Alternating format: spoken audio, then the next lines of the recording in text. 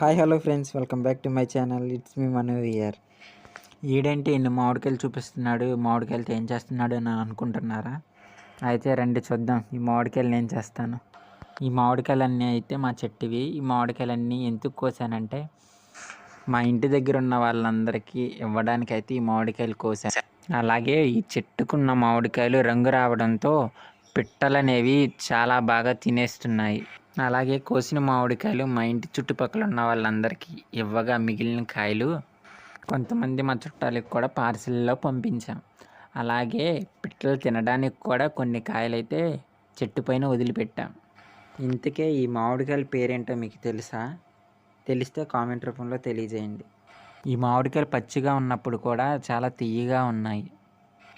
అలాగే ఇటువరకు ఊరిలో ఇంట్లో ఏదైనా చేసుకున్నా ఇరుగు పొరుగు వారికి పెడుతూ ఉండేవాళ్ళం. ఈ రోజుల్లో అయితే కుళ్ళు కుచితాలు ఎక్కువయ్యి పెట్టుపోతలు అనేవి చాలా తగ్గిపోయాయి. అలాగే ఏ కాయలైనా సరే దూరం ఎత్తుకెళ్ళేటప్పుడు గడ్డితో ప్యాకింగ్ చేయడం వల్ల ఆ కాయలు అనేవి నలక్కోకుండా ఉంటాయి. ఇంకింతే ఫ్రెండ్స్, నా వీడియో కనుక మీకు నచ్చినట్టయితే లైక్ చేయండి, షేర్ చేయండి. అండ్ మరిన్ని వీడియోస్ కోసం నా ఛానల్ సబ్స్క్రైబ్ చేసుకోండి.